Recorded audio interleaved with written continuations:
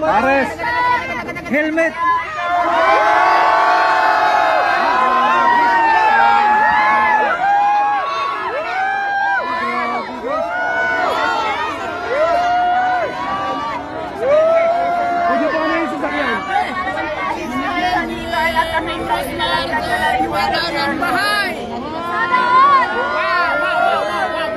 Pinakamalakas talaga!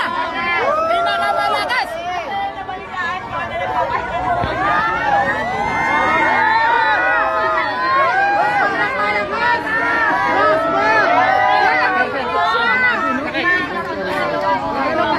Umiyak si Diwata guys, umiyak.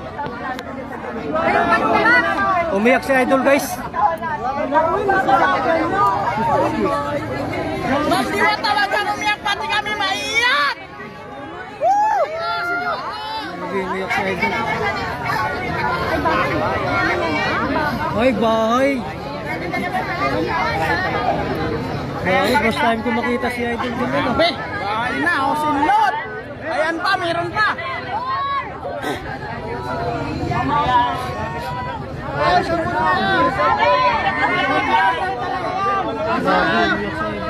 Sana may tag-500 kami! May tira pa, grabe!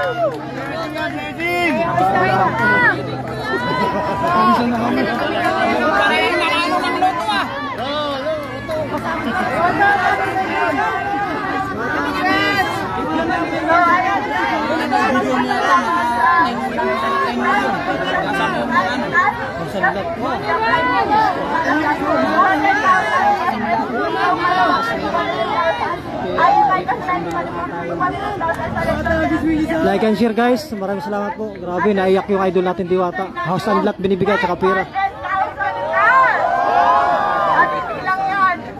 Mayroon pa! Meron pang ibibigay kay Diwata na worth 1 million international product. Million, ang million! Para implant nyo. Baka sa punan.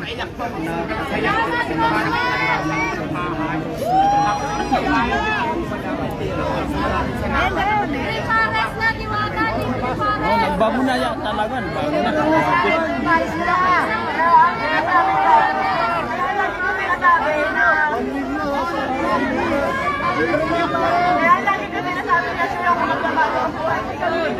Ito pala nung sinabi niyo, nagbago talaga yung buhay mo. Pinas niya talaga.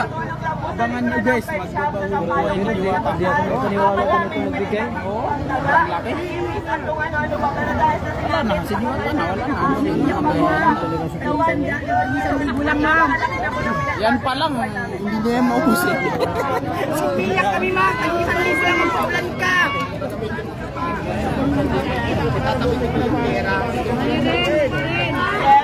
Isang libo lang! Mani rin! Oo, aminado ako, gaya-gaya ako. Aminado ako, magayaman ka. Napatuloy ako talaga sa kanya, pero hindi para gawin siyang kompetensya. Natotoo lang talaga sa kanya Diwata. Kasi ganun ko talaga siya. Kung may tinutubong ka ba, may kinikita ka ba? Kasi talagang na-inspire ako sa kanya. Matagal ko na gusto maglabas ng Paris. Kaso nga, tagal pa kuluin. Pero nung nagka-idea ako sa kanya na, pwede pala yun karne. Pork, ganyan, kasi ganyan. Ang dami namin nabibigyan ng trabaho. Ang alam ko, mas ang trabahador ni Diwata. At sa akin naman, nasa 15 kasi nasa 100. Napakaraming pamilya po yung nabano namin dalawa. Pero sa totoo lang guys, sa pagpapares na yan, wala po kami kinikita talaga. Ayan, tinanong ko rin si Diwata kung kumikita ba siya, kung magkano na ba yung ipon niya, kung kumikita ba talaga siya. So sabi niya sa akin, tinanong ko kung milyon na ba kinita mo kasi sa dami ng tao. Hindi raw, malayo pa, pero ngayon instant milyonaryo ka. Diwata, wag kang umiyak kasi celebrity mo. So ayan ang total po halos ng mga sponsor natin kay Diwata at cash, lahat-lahat. Nagkakahalaga lang po ng 5 million.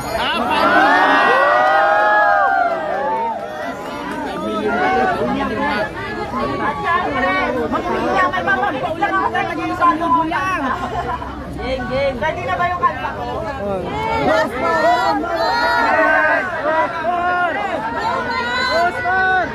Wala bang copyright yan?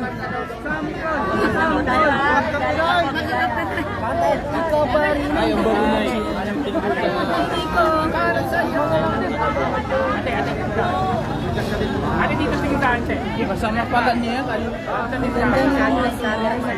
Simple lang siya talaga. Pero bibigyan ako ni Rosemary ng cellphone. Ganda na. Simple lang. Higyan ko pera. Ayan guys, tinan nyo naman napaka-easy na malapit niya ko na rin si Diwata na mapapagpahingahan niya at aircon. At ipapakabot mo na lang yung malambot na para super relax ka talaga every time na ano. Alam ko ba pangarap ko talaga magpapakabahay na. Ay, yun, paulan ka naman. Deserve!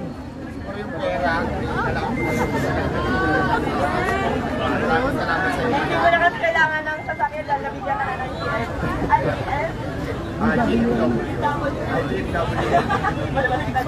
So ayan, wait lang, may paparinig ako sa inyo bago tayo mamigay ng cash.